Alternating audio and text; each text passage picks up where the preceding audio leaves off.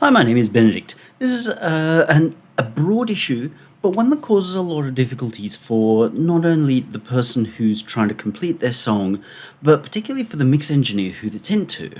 But before you go, well, that's not my issue. Either you're mixing your song yourself or you're sending it to a mix engineer who's going to have this difficulty. And then when your song's finished, it's not going to sound as finished or as good as it could. I ask for MIDI. I know many mix engineers do ask for MIDI, and many mix engineers often get cast in the role of being the record producer, and that's probably a good thing if you don't have a producer on board. In other words, that's somebody who steps back, takes the big picture view and says, how can we make this work as well as it can, bearing in mind the limits and, of course, for the potential audience. So what happens is that I get sent, the average mix engineer gets sent multitrack stems, whatever you want to call them. I do not want that argument covered here. And they might sound, let's say, for example, like this.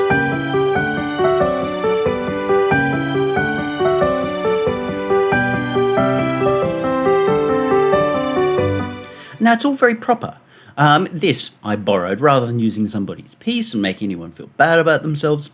I borrowed this piece from the internet. It's Robert Schumann about strange lands and people, #1 from Scenes from Childhood. If you recognise it or think it's uber cool, please don't steal from it. It's a cool piece of work.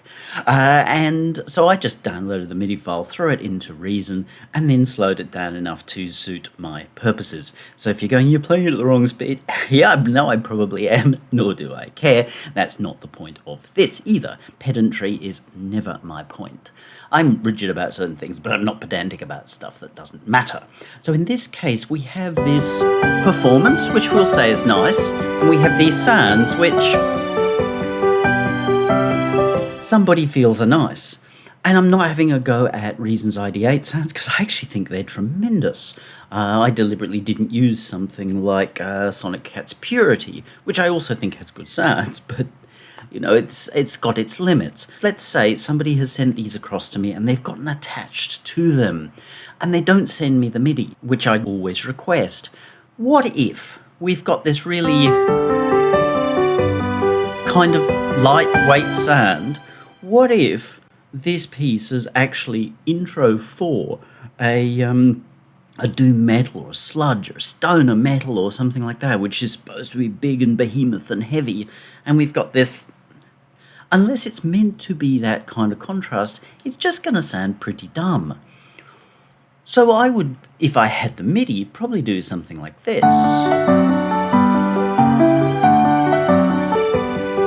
Lightweight and not really.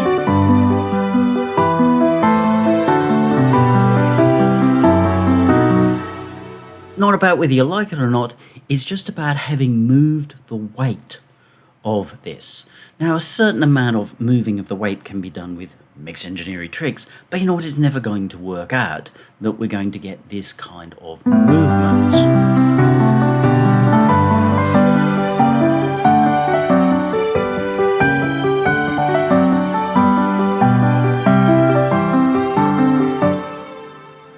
That's something that can be done if the MIDI is there. So if we imagine going from this to as opposed to this, going off into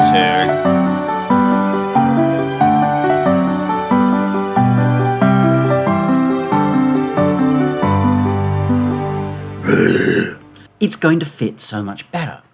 The other thing that I would probably be looking at doing is, if the artist hadn't done it themselves, actually adding in some transport stuff to slow this down. Because I know a little bit more about Baroque music than, yes thank you, the average. So personally, I would actually be slowing this down towards the end. I would just be relaxing that tempo, and it could be relatively obvious, because either the stoner track that's coming in is a slower tempo than this, or it's going to be a faster tempo than this. Or even if it's the same tempo as this, exactly, because they've all played to the metronome, which in Stoner I question the wisdom of that. But let's say they have got exactly the same tempo as this, then I would probably still want to have access to the MIDI to say, let's slow this down, so then when the comes in, it's going to seem a lot more explosive because we've had people go, okay,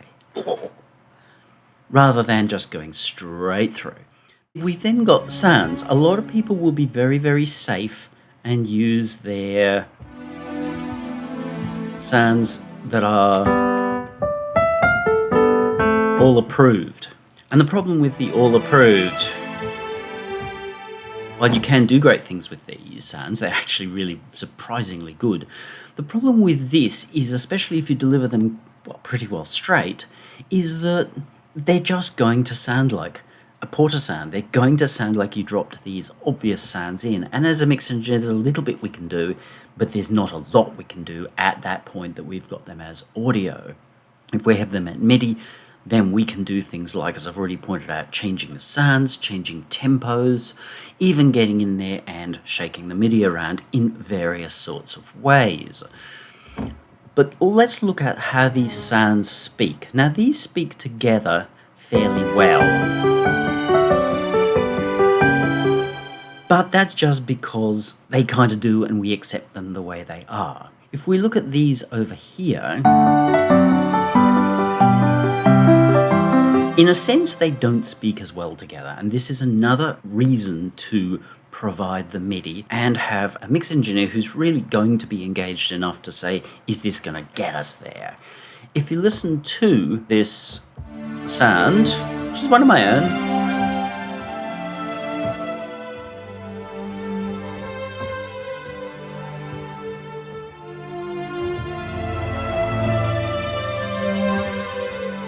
there's a lot of beauty in here, but it's designed for this kind of performance.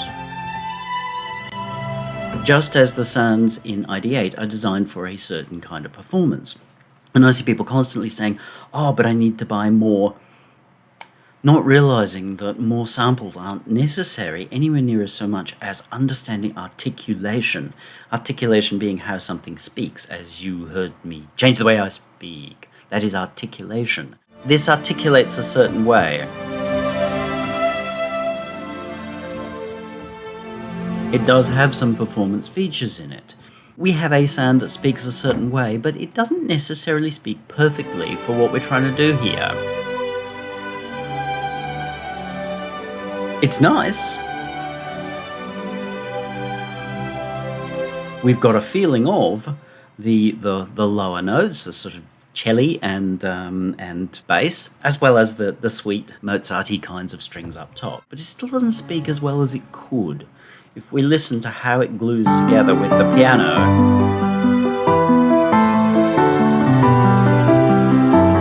we can say that's nice, but it's just this sort of wash behind.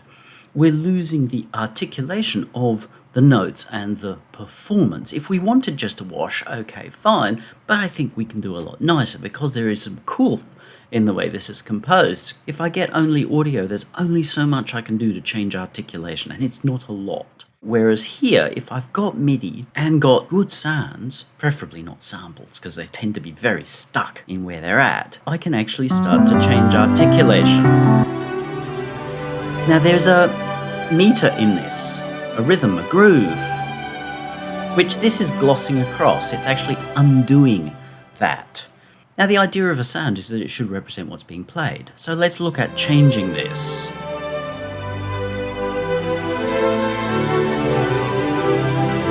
Straight away getting more attack, more...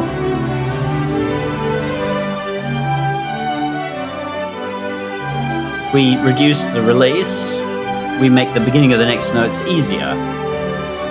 We don't want to go so far that it sounds terrible, like really bad MIDI. I get a lot of this. Let's say that's good. Let's say that's a win. But we've also got the envelope shapes. You can see here the filter envelope.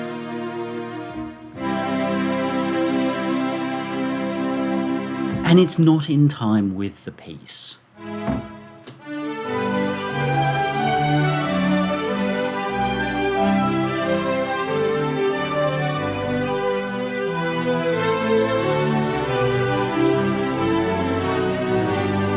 That brings out a really nice Baroque feel. If we want to soften it, we can raise this a little again.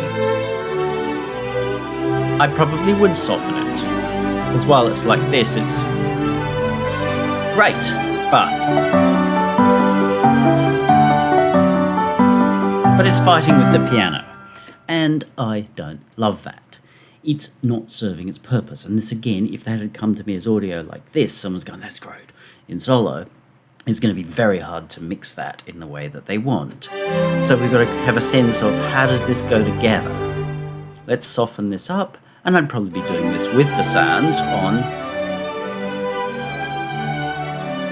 We've still got the nice feel to it.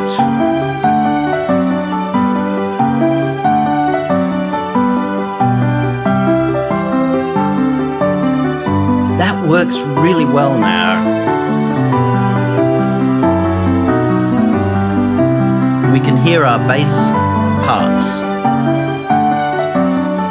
in part because the more we go into the bass with the string, the louder that double bass actually becomes. We can decide whether we want the portamento or not. I kind of like it, because it provides movement and those little movements that happen as somebody is playing an instrument. When you have samples, they're all perfect articulations, whereas in reality, we've got somebody having to move from there to there on their string thing, which means that they're going to slide, or there's going to be some kind of slur as they do it. Now we've got, which sounds twee,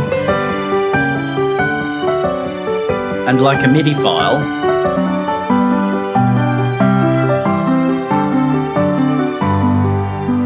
which is actually helping articulate the music so much better. And I haven't actually meddled with the MIDI at all.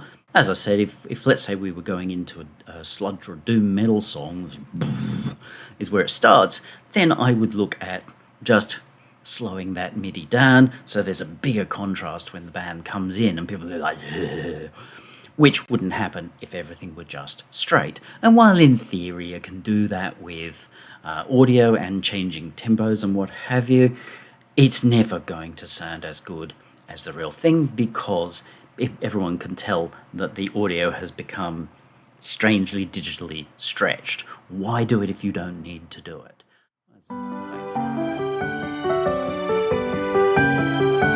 Which has come over, let's say, like this, which is flat and twee, and I'm not being any different. The processing, the reverb, everything's exactly the same.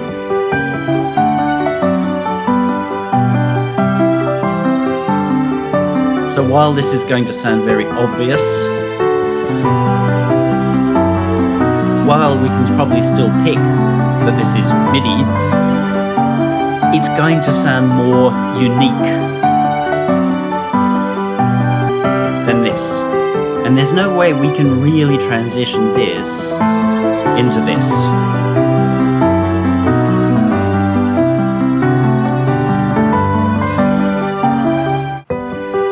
What you had originally,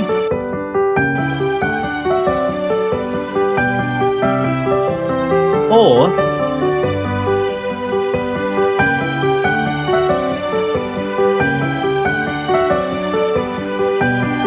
if you want that piano to stay sitting on top, but to have a more unique string section, we can do this.